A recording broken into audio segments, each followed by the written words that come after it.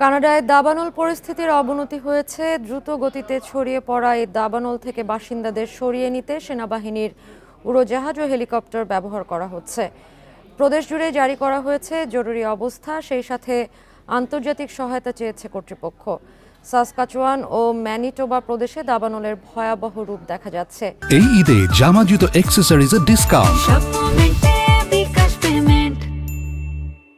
এ পর্যন্ত কেবল ম্যানিটোবাতেই 25টি দাবানল জ্বলছে, যার মধ্যে 10টি পুরোপুরি নিয়ন্ত্রণের বাইরে।